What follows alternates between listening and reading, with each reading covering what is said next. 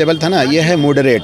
जो बच्चे 8, 9, 10 तक के अगर मैथमेटिक्स अच्छे से पढ़े होंगे, इसमें कोई भी ऐसा मैथमेटिक्स नहीं था, शायद 2 या 3 क्वेश्चन के छुड़ा करके जो मीन, जो आप अरिथमेटिक मीन या उस तरीके से क्वेश्चंस थे, या ज्योमेट्रिकल मीन के मिलाकर एक लॉगरिथमिक का क्वेश्चन था। बाकी कोई भी ऐसा क्वेश्चन नहीं है जो 10th क्लास के बुक्स को टॉप किया है, यानी कि 11th 12th क्लास में गया है। सभी क्वेश्चन आसान था और ईजी था मेरे हिसाब से, पता नहीं लोगों के हिसाब से क्या।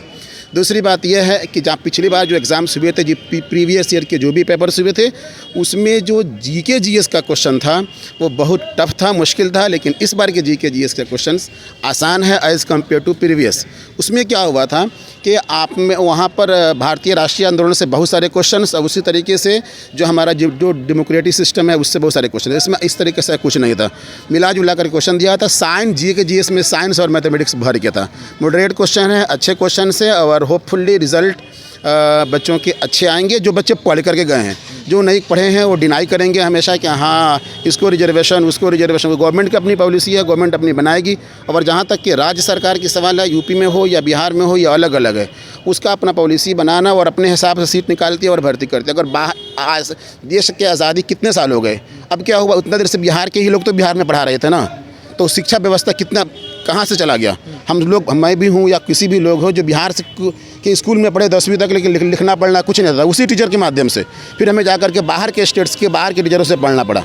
अगर वहाँ पर भी बिहार के लोग, आपका कहना है कि बिहार में शिक्षक पढ़ाने योग्य नहीं है? नहीं, पहले जो टीचर्स थे, जो शिक्षा व्यवस्था थी, जो पुराने टीचर्स थे और 10वीं क्लास में चले गए, 12वीं क्लास के बच्चों को पढ़ाते थे, क्या पढ़ाते थे? नहीं पढ़ाते थे। लेकिन अब नए नए बच्चे आए हैं, यंग, जो यूपीएससी के तहत पढ़ करके इंट्रेंस क्रैक करके आ रहे हैं। जाकर देखिए कितनी अच्छी पढ़ाएंगे वो लोग, अपना पोटेंशियल पूरा 100% देंगे। यंग जनरेशन, यंग सोच, नई लोग नई समझ के साथ में आ रहे हैं। इसको वेलकम करना चाहिए, इसको हमें, मुझे नहीं लगता इसको कंडेम करना चाहिए इस पॉलिसी को। ये हमारा पहला अटैम्प्ट है। पहला टाइम इस बार शिक्षक बन जाना? श्योर। कहाँ से हैं? मैं चंपारण से हूँ, लेकिन रहता हूँ दिल्ली। पढ़ाई लिखाई हमारी दिल्ली हुई है। 2005 में 10th पास करने के बाद मैं दिल्ली चला गया था। ठीक है। हाँ सर, वो लेवल का था क्वेश्चन था। आपको कौन सा सब्जेक्ट? सोशल साइंस, सामाजिक विज्ञान। सामाजिक विज्ञान। आप कहाँ से? बिहार से हैं? गया से। गया से, बिहार से। लेकिन कई स्टूडेंट को समस्या है कि अदर स्टेट को ज़्यादा मौका मिल रहा है, आपको क्या लग रहा है? देखिए, मौका मिल रहा है, बाकी मैंने हम लोग अदर राज्य में जाते हैं तो पूरी मौका नहीं मिलता है, 10% आरक्षण मिलता है। उस तरह से यहाँ भी उतना ही मिलना चाहिए था।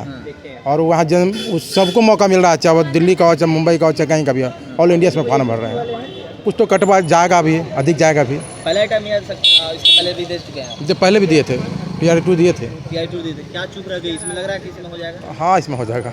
इसमें लग जाएगा? हाँ, सारी चूक दूर कर ली। हाँ, मेहनत की है। ये भी लग रहा है कि रद्द हो सकता है, क्योंकि तैयारी थी, पहली बार रद्द हो चुका है। ना, रद्द नहीं होना है। डर नहीं लग रहा है? नहीं, बहुत अच्छा। इस बार बन जाना शिक्षक? हाँ, बन जाना। हम जूम कर लेते हैं। आज परीक्षा हुई है, क्या क्वेश्चन लेवल कैसा था? क्वेश्चन लेवल तो ठीक था, मैथमेटिक्स है तो कैलकुलेटिव होगा ही। और चूँकि 2.5 घंटा में वो 88 मैथ्स को सॉल्व करना थोड़ा सा कॉम्प्लिकेटेड तो है ही। आज 9th to 10th का था, लगा हाँ। उस लेवल का था क्वेश्चन? हाँ, लेवल स्टैंडर्ड ठीक था। कितना तक का पढ़ना होगा कि आ जाएगा?